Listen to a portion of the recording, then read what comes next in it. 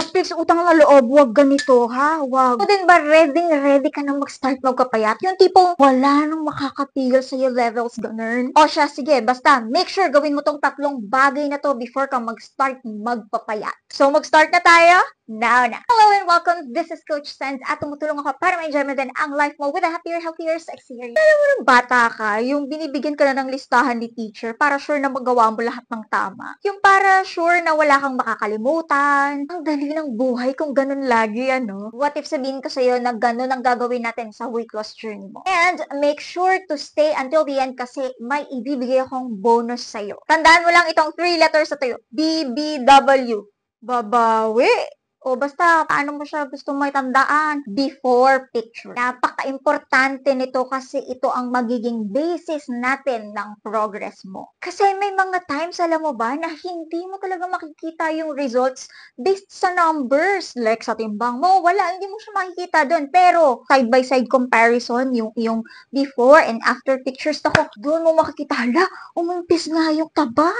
Ay, lumiit nga yung braso. So, paano mo to gagawin? Okay, mas maganda kung naka-sports bra ka, okay yon. O kaya naman kung meron kang top na ganito, yung sleeveless lang siya, tapos medyo hapit sa katawan para kitang-kita yung hulma. So, ganyan. Then side, and then back.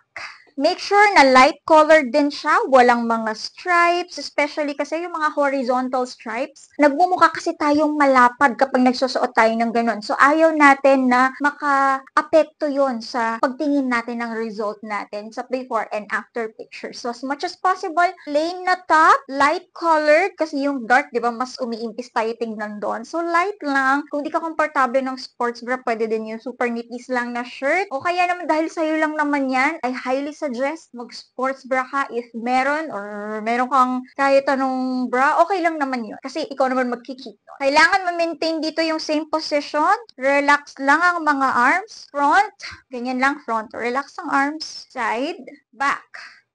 As much as possible, kung kaya mo itali ang hair mo para hindi siya nakikita. Okay? Para kitang-kita natin yung hulma ng likod. Good? Oo nga pala, bago ko makalimutan, dapat din maganda ang lighting para kitang-kita natin yan. Second B, body measurements. At syempre, sis, magsusukat tayo, kailangan natin ng tape measure.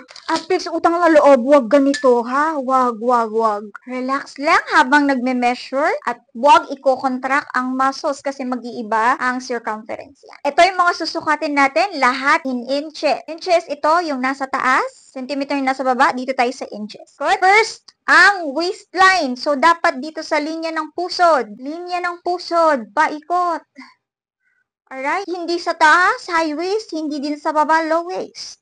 Sa puso. Next, upper arms. O, di ba, hindi ko contract. O, so, relax lang, ganyan lang. Parang kapag ano, susukatan ka ng gown, ganun. Pag mag-aabay ka sa kasal, magnininang. Ninang level. O, di ba, ganyan. O, ka lang, ganyan. Tapos, mas maganda kami mag-measure para sa'yo. Pero if ano ka lang, mag-isa ka lang, carry lang din naman yun. Kaya mo na yun. Left and right arm, both ni-measure natin yan. Next ay chest. Medyo di tayo pinagpala sa parteng ito ng buhay natin. Chest, measure natin yan. Huwag naman masyadong sakalin, di ba? Yung nakakahinga pa siya, gano'n. Ikot-ikot, gano'n. Next, yung hips. Dito sa may pinakaumbok na part.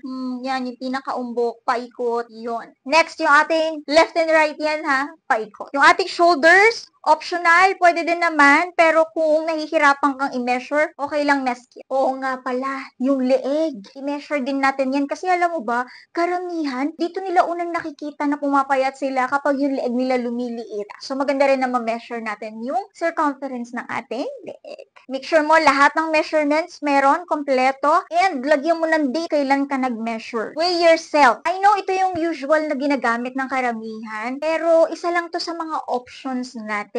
Kasi alam naman natin lahat na ang timbang nagpa-fluctuate yan. So, tayo po ay magtitimbang. Weigh yourself. Marami actually factors to consider, no, para dito sa timbang na to. Unless, smart scale ang gamit mo kasi iba-ibang numbers makikita mo dyan. Water, body fat, yung muscle mass mo, hiwa-hiwalay siya. Unlike kapag yung traditional na timbangan, di ba isang number lang kasi ang nakikita natin doon. Perfect time na magtimbang ay pagkagising sa umaga. I-feel mo na wiwiwi ka, magwiwi ka muna before ka And isulat mo yan, okay? Lagyan ng date pa din. Hindi ko nakakalimutan yung promise ko sa iyo. Ilalagay ko yung link sa description below. I hope nakatulong sa iyo and I'll see you on the next one.